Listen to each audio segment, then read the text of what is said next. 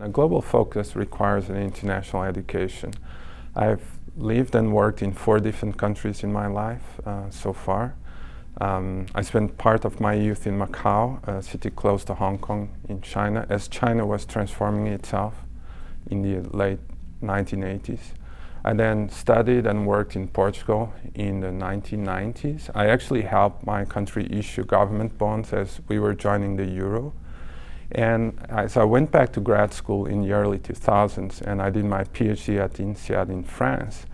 I was interested in these globalization themes and the forces that behind, as markets become globalized and integrated. And I identified my research and focused on this growing pool of institutional investors. 40% of shares around the world are held by institutional investors. Those are mutual funds, pension funds, hedge funds. They are over 70% of shares held in the US market. And as these investors rise, their companies are responding by changing their corporate governance, by focusing on different things.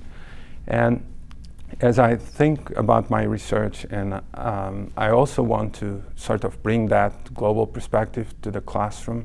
And when I teach finance, and I teach some of the areas where I work personally, professionally, I also want to expose my students to these global themes and bring this global perspective to the Darden classroom.